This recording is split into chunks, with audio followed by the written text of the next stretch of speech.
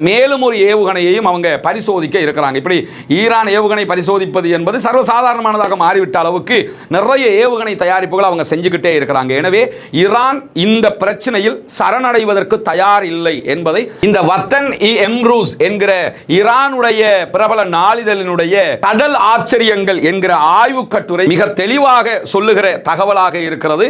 இந்த தகவலை அடிப்படையாக கொண்டுதான் லண்டன் பிபிசி தன்னுடைய ஆங்கில பதிப்பிலும் ஒரு விரிவான கட்டுரை எழுதியிருக்கிறார்கள். ஈரான் இம்முறை நேரடியாக யுத்தத்தை சந்திப்பதற்கு தயாராகிவிட்டது.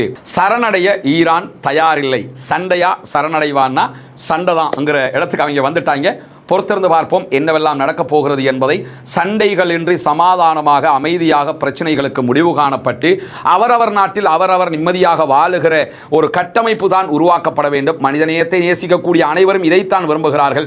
உயிர்கள் காவு கொள்ளப்படக்கூடாது, ஆயுதங்கள் கையிலேந்தப்படக்கூடாது, தீவிரவாதம் ஒழிய வேண்டும், பயங்கரவாதம் ஒழிய வேண்டும், ஏகாதிபத்திய பயங்கரவாதமும் தீவிரவாதமும் ஒழிய வேண்டும் என்கிற பிரார்த்தனைகளோடு முடித்துக் கொள்கிறேன்.